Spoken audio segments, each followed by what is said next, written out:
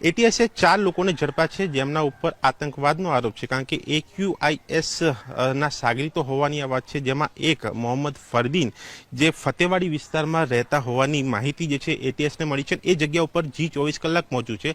આ જે મકાનો, આ જે સોસાયટી દેખાય છે, આ ડુપ્લેક્સ જે ગુલમોહર ડુપ્લેક્સ કહેવાય છે, અને આ ઝાડથી આગળ આ જે બાઇક પડ્યું છે એ 3જા નંબરનું આ મકાન કે જ્યાં આ મોહમ્મદ ફરદીન જે છે તે અહીંયા પોતાના પરિવાર સાથે રહે છે। અને જે પ્રકારે અહીંયા G24 કલાક એટલે કે મેં અહીંયા સ્થળ ઉપર પહોંચીને તેમના પરિવાર સાથે વાત કરી તો તેઓએ કેમેરા સમક્ષ કંઈ પણ કહેવાનો ઇનકાર કર્યો, પરંતુ કેટલીક માહિતી એવી પરિવાર કહી રહ્યા છે કે ક્યાંક ફરદીનને આ બાબતે જાણ ન હતી કે આટલું મોટું કંઈ હોઈ શકે છે। એ ગ્રુપમાં કોઈ જોઈન્ટ થયો હતો, તેમાં તે વાતચીત કરતો હતો, તે ચેટિંગ કરતો હતો, તે તેમાં કોન્ટેક્ટમાં રહેતો હતો। જે મોહમ્મદ ફરદીન સિલાઈ કામ કરે છે, તેના પરિવાર સિલાઈ કામ કરે છે, તેના ઘરમાં 2 ભાઈ, એક બહેન અને એક માતા છે, તેના પિતા અલગ રહી રહ્યા છે।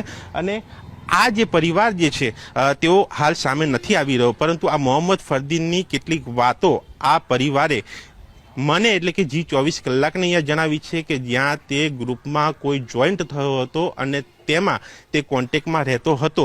એટલે કે આ એક બાબત સ્પષ્ટ છે કે ગ્રુપમાં આ જોઈન્ટ થયો હતો ફરદીન, અને તે બાદની આ પ્રવૃત્તિ તેની ક્યાંક ચાલતી હતી, જે બાબતે આ એટીએસે કાર્યવાહી કરી છે। હવે આગળની તપાસમાં ખુલાસા થશે કે આખરે ક્યાંથી આ પૂરું રેકેટ કેટલા લોકો સાથેનું ચાલી રહ્યું છે, કેટલા લોકો સંપર્કમાં આવ્યા છે, અને આ મામલે આગામી દિવસોમાં તપાસમાં શું ખુલાસાઓ થાય છે।